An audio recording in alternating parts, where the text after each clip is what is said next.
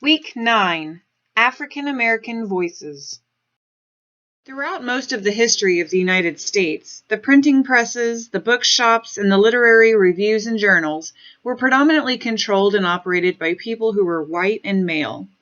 The potential audience, with the education and affluence to be readers, was also mostly white, and from the middle of the 17th century on, the language of the North American literary discourse was overwhelmingly English. These tendencies put minority literary voices on the side burner for a long time. However, with the Age of Enlightenment, the paradoxical fact that a nation founded on the principles of equality would develop into a slaveholding republic was not lost on writers of the early national and antebellum period. The vast majority of the writers in our anthologies confronted issues of slavery and race at some point during their careers. In fact, tensions between the realities of slavery and the ideals of freedom inform much of the writing of the period. Some of this tension can be seen in Thomas Jefferson's Notes on the State of Virginia. This work celebrated the democratic ideals of the Declaration of Independence while making clear that he regarded those ideals as best realized by whites. In the hierarchical mode of the Enlightenment period, he presents black people as inferior to white people. Though he leaves the question of race open to further empirical analysis, his observations nevertheless helped give rise to the racial ethnological science of the 19th century, which invariably presented whites as superior to blacks. African American writers regularly sought to counter such claims. Much of the African American writing of the period, and indeed much anti-slavery writing of the period, sought to abolish slavery and challenge the hierarchical claims of the racial ethnologist by invoking the principles of the Declaration of Independence. These principles were also insisted on by writers such as Emerson, Melville, Thoreau, and Whitman, all of whom we will study more about when we get into Romanticism and Transcendentalism in a few weeks. When the Fugitive Slave Law of 1850 was enforced, Thoreau expressed in his journals his outrage that Northern citizens were being compelled to return escaping slaves to their Southern masters. In 1857, the Supreme Court ruled the case of Dred Scott v. Sanford that blacks could never become U.S. citizens and were inferior to whites. That ruling made clear that the debates on slavery and race were debates about the nation. With the outbreak of the Civil War in 1861, Douglass, Wells Brown, Child, Stowe, and other major writers of the period sought to present the war as a holy war against slavery.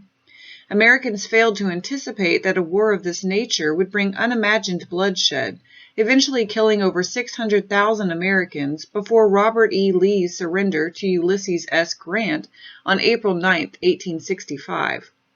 Most African American leaders committed themselves to the Civil War effort, but the problems raised by slavery and racism in the antebellum period would continue to engage writers of the Reconstruction era and beyond.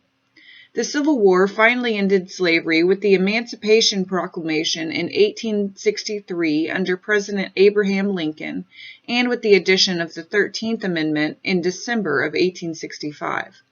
Unfortunately, the Reconstruction period failed to educate and offer economic uplift to the former slaves, and they continued to face discrimination long after the war was over. Phillis Wheatley was a black slave born in Africa and brought to Boston in 1761. She had been purchased by a wealthy tailor, John Wheatley, for his wife Susanna, as a companion. Wheatley was fortunate in her surroundings, for Susanna Wheatley was sympathetic toward this very frail and remarkably intelligent child. In an age which even few white women were given an education, Wheatley was taught to read and write, and in a short time began to read Latin writers. She came to know the Bible well, and 3 English poets, Milton, Pope, and Gray, touched her deeply and exerted a strong influence on her verse. The Wheatleys moved in a circle of enlightened Boston Christians, and Phillis was introduced early on to a community that challenged the keeping of slaves as incompatible with Christian life. She was also able to travel to London with the Wheatley's son, Nathaniel. Here she sought and found support for her first book of poetry. Her literary gifts, intelligence, and piety were a striking example to her English and American admirers of the triumph of the human spirit over the circumstances of birth. Her poem, On Being Brought from Africa to America, actually expresses feelings of gratitude toward her coming to America. On Being Brought from Africa to America.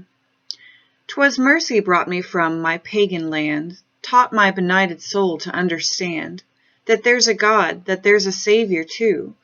Once I redemption neither sought nor knew. Some view our sable race with scornful eye, their color is a diabolic dye. Remember, Christians, Negroes black as Cain may be refined and join the angelic train. The best-selling literary work of the antebellum period was Harriet Beecher Stowe's anti-slavery novel Uncle Tom's Cabin. Published in 1852, it sold around 1 million copies by the end of the decade. Inspired by feminist abolitionists, Stowe emphasized the importance of women to anti-slavery reform. Like other African American writers, she lamented the unfinished work of the American Revolution by having the rebellious slave George Harris invoke the ideals of the Declaration. The novel polarized the nation, spawning numerous other anti-slavery works in the North, along with a number of pro-slavery writings in the South. Inspired by Stowe, Frederick Douglass would plead the cause of African Americans for over 50 years. He displayed a powerful capacity to stir both readers and audience in lecture halls, in part through his ability to make whites sympathize with the situation of blacks, especially with his most famous autobiography, Narrative of the Life of Frederick Douglass. This popular slave narrative told the story of his life as a slave in Maryland from the time he was born in 1818 until his eventual escape from slavery in 1838. For this week's discussion, consider the following. Douglass opens his story by telling us that he is troubled by not knowing when he was born. Why is this fact so important to him? Why do you think it was important for slave owners to keep slaves ignorant about their birthdays and parentage? In Chapter 2, Douglass expresses his belief that education will set him free. What does he mean by this? Cite specific examples from the text to support your claim.